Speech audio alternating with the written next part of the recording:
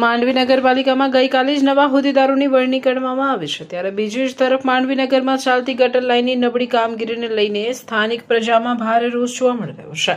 નગરમાં હાલ ગટર લાઇનના કામકાજ વચ્ચે વોર્ડ નંબર 3ના હોડી ચકલા વિસ્તારમાં નળ વાટી ગંદુ અને દુર્ગંધયુક્ત પાણી આવવાના કારણે રોગચાળો ફાટી નીકળ્યો છે, જેમાં અત્યાર સુધીમાં ઝાડા ઉલટીના આશરે 38 જેટલા કેસો નોંધાઈ ચૂક્યા છે.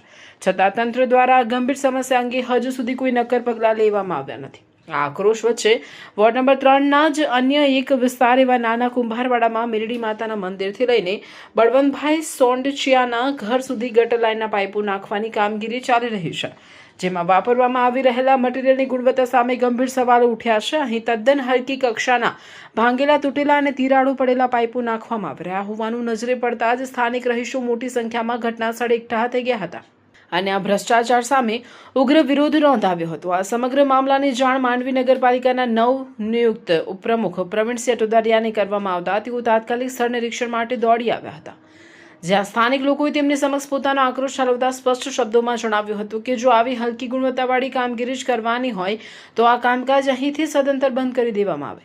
આશ્ચર્યની વાત તો એ છે કે ગટર લાઇનની આટલી મોટી કામગીરી ચાલતી હોવા છતાં સાઇટ પર કોઈ કોન્ટ્રાક્ટર કે પાલિકાના જવાબદાર અધિકારી હાજર હોતા નથી અને દેખરેખના અભાવે મનસ્વી રીતે કામ ચલાવવામાં આવી રહ્યું છે. અંદાજે 10 કરોડ રૂપિયા જેવી માતબર સરકારી ગ્રાન્ટ મંજૂર થઈ હોવા છતાં કોના ઇશારે અને કોના આશીર્વાદથી જનતાના સ્વાસ્થ્ય સાથે ચેડા કરીને આવું હલકું મટીરિયલ વાપરવામાં આવી રહ્યું છે તેવા તીખા સવાલો સાથે હાલ સ્થાનિક જનતામાં શાસકો સામે ભારે નારાજગી વ્યાપી ગઈ છે.